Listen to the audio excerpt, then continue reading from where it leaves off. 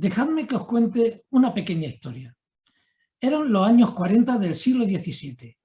Una mujer de buena talla y ágil caminar atraviesa descalza los puertos montaraces de la frontera de Granada en dirección a una pequeña villa de los confines de Mágina. Va a fundar un hospital.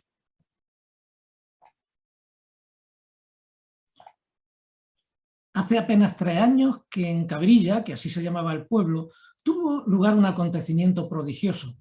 La mesonera María Rienda recuperó la manquedad de una mano cuando intentaba quitarle el polvo al lienzo de un Cristo que portaban unos arrieros que hacían noche en su posada. El cuadro formaba parte de los enseres de un caballero principal de la ciudad de Burgos, a quien el rey había nombrado corregidor de la ciudad de Guadix. El caballero tomó posesión de su cargo, pero el portentoso lienzo se quedó en el pueblo por aclamación popular. Su modesta iglesia se estaba convirtiendo en el centro de peregrinación de toda clase de enfermos y desahuciados que buscaban la solución a sus males por la vía del milagro. Y donde hay milagros, hay pobres en abundancia, a los que la viuda Marta Carrillo parecía urgirles atender. Pero, ¿quién era esta azarosa mujer que tan decididamente se aventuraba limoneando por estas solitarias y peligrosas veredas? Sencillamente una mujer tocada por la conciencia de la desigualdad humana, dispuesta a superar todos los estorbos que una sociedad patriarcal y opresiva le impondría en su afán por fundar un hospital con el que atender a las personas más desprotegidas.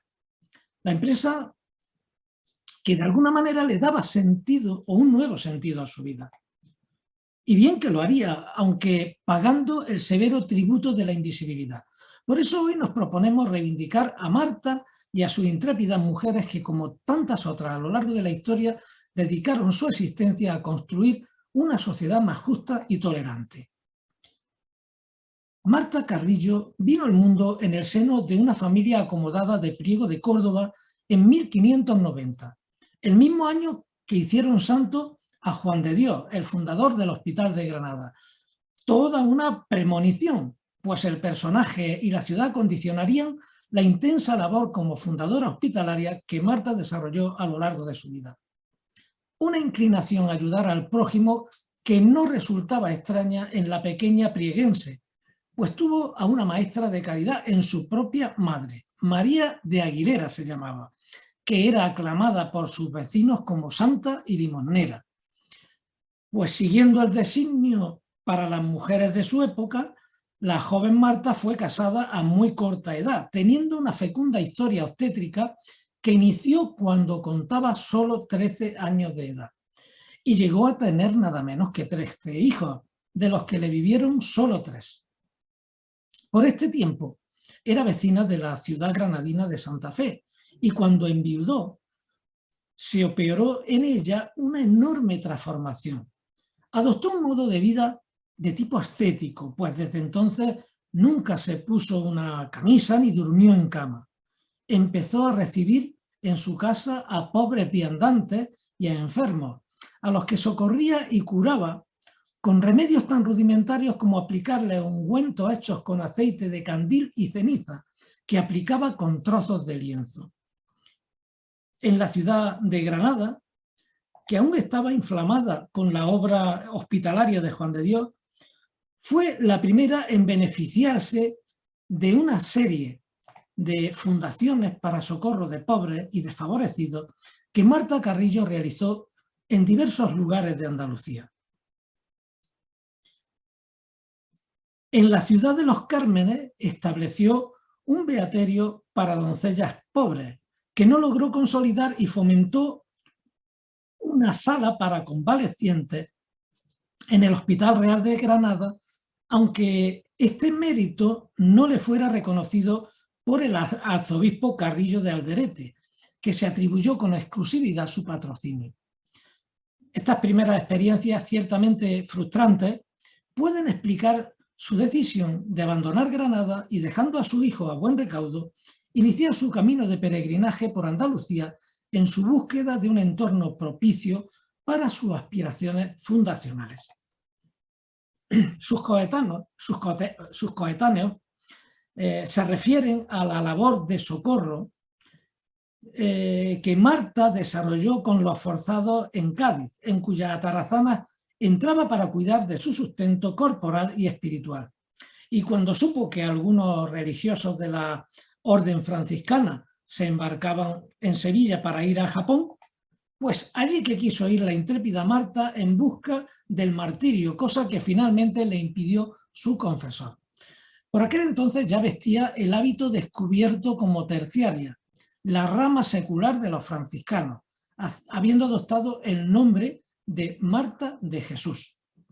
Este es un dato interesante, pues explica la razón de que muchas mujeres de la época y aún posteriores buscasen el amparo de la Iglesia para poder materializar sus aspiraciones como líderes o reformadoras.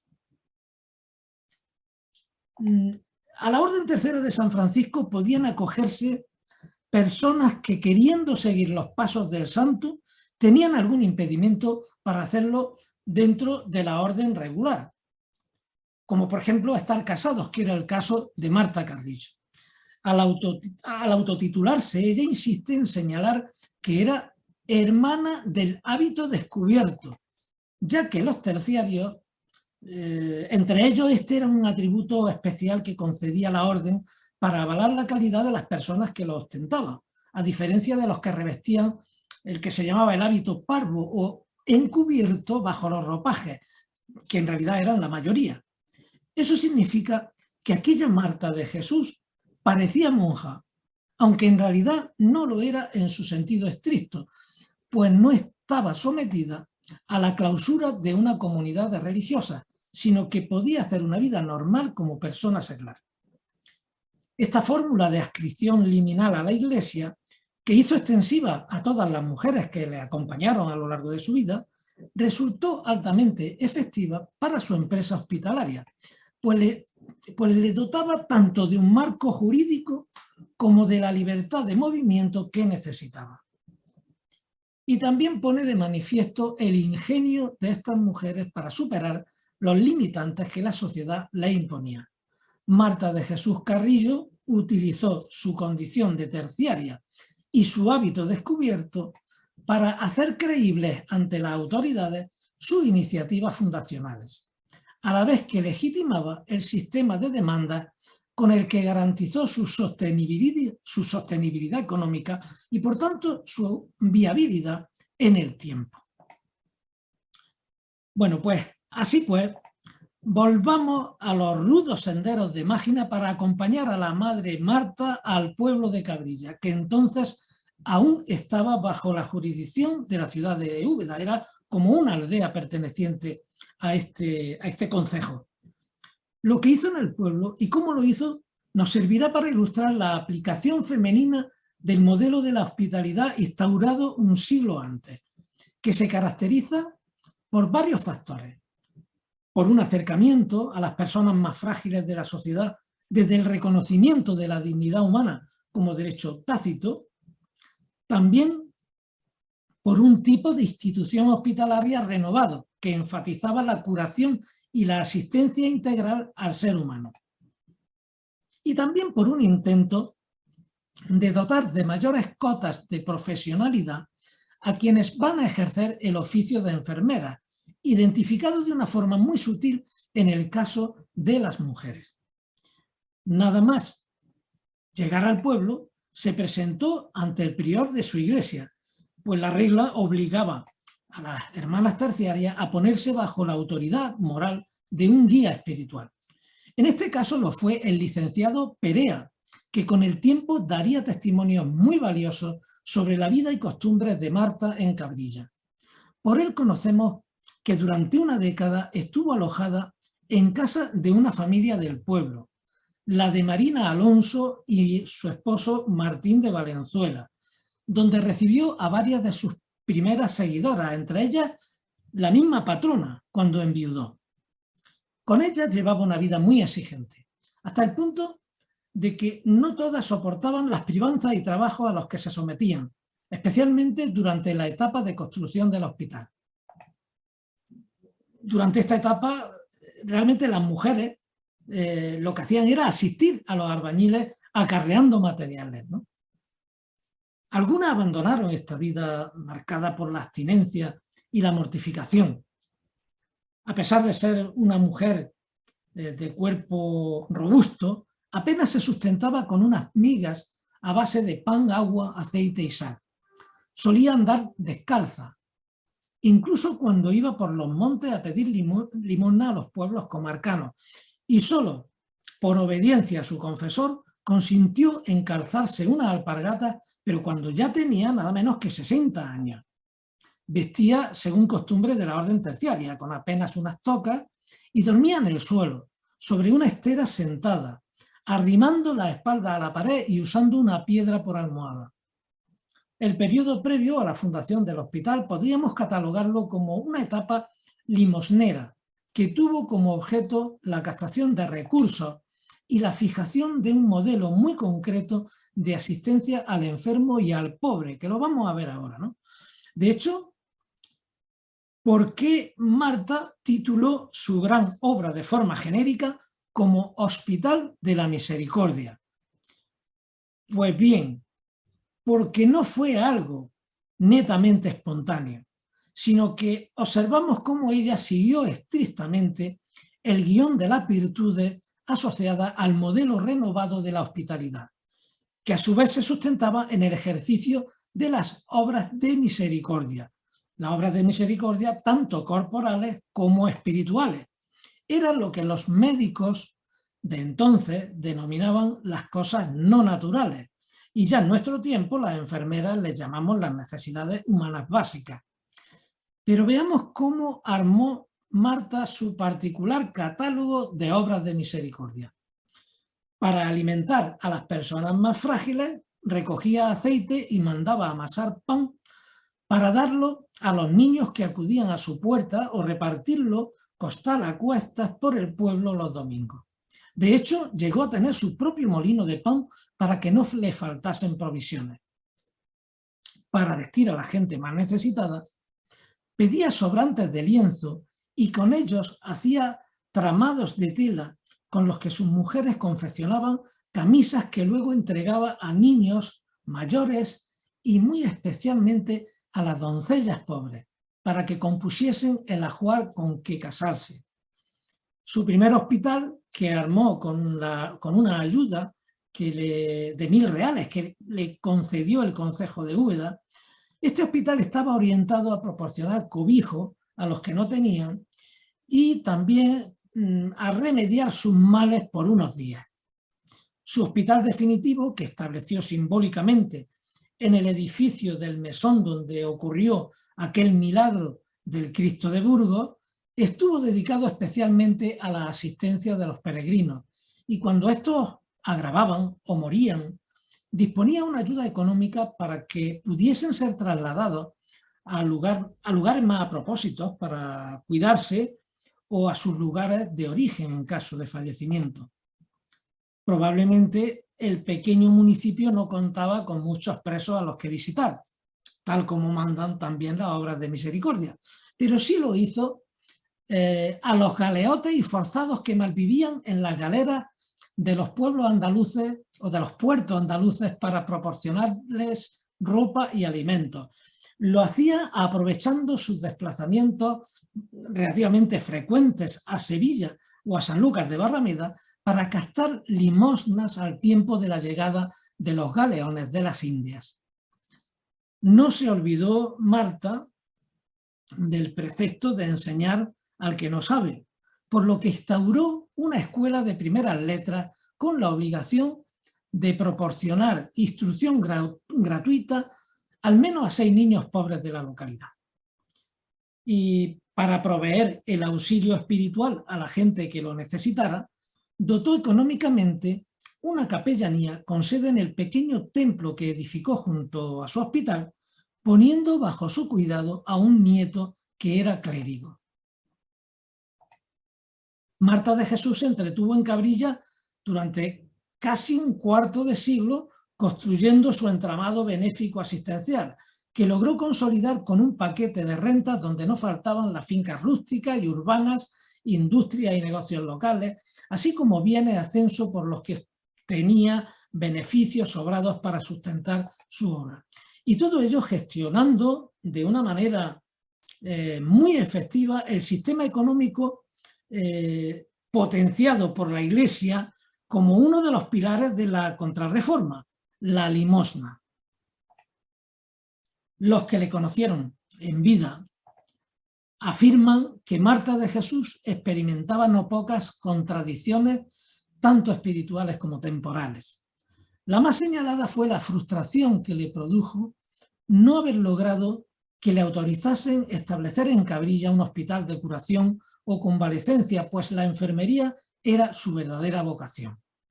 Por esta razón, aprovechando sus contactos en Sevilla y con la ayuda de la que sin duda fue la más fiel de sus seguidoras, Beatriz de la Concepción, logró los apoyos necesarios para embarcarse en la que sería su última aventura fundacional. En el invierno de 1665, cuando contaba nada menos que 75 años, Marta decide dejar el pueblo de Mágina y transitar por última vez el largo camino hacia la capital de Andalucía. Eso sí, dejando bien atada ante notario todas las memorias que había dejado en el pueblo, cuyo cuidado encargó, ya lo hemos dicho, a su nieto, el licenciado Juan de Jesús Montero de Espinosa, y tras él al prior de la Iglesia, siempre bajo la fiscalización del obispo de Jaén.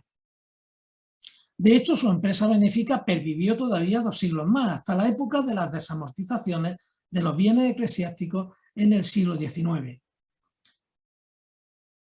Vámonos a Sevilla, porque en Sevilla le esperaba su compañera Beatriz Jerónima de la Concepción, otra mujer excepcional que pide a voces un lugar en la historia. Sevillana de nacimiento y humilde origen, de temperamento un tanto melancólico, tuvo que afrontar el robo de su única hija y al enviudar entró como terciaria franciscana.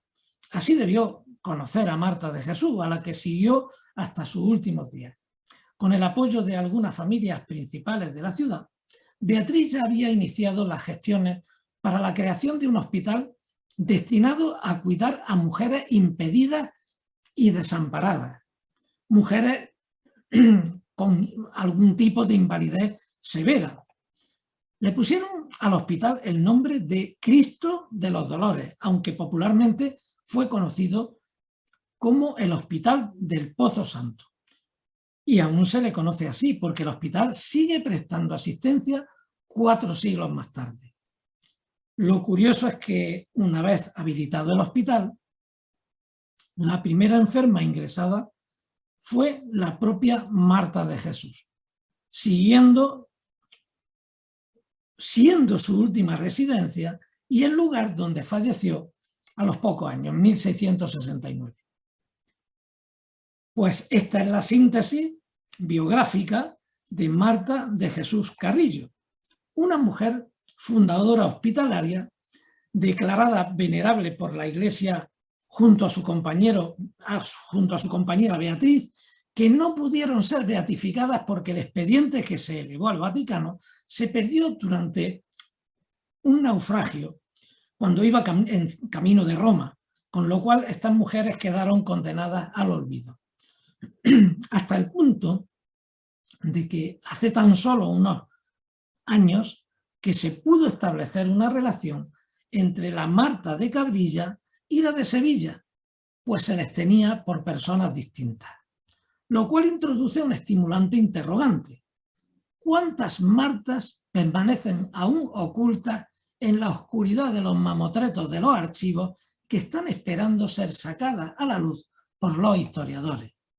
Sin duda, todo un desafío para la enfermería de nuestro tiempo, pues ellas son parte de nuestro patrimonio que debemos recuperar. Sevilla es una ciudad esplendorosa que recibe a miles de turistas ansiosos de ver su magnífica catedral con su majestuosa Giralda.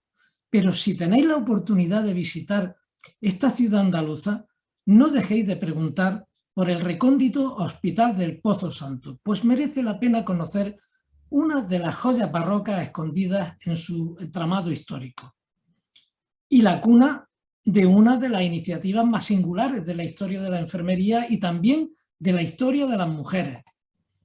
Gracias por vuestra atención y ahora os invito a que dejéis vuestros comentarios y preguntas en esta misma web.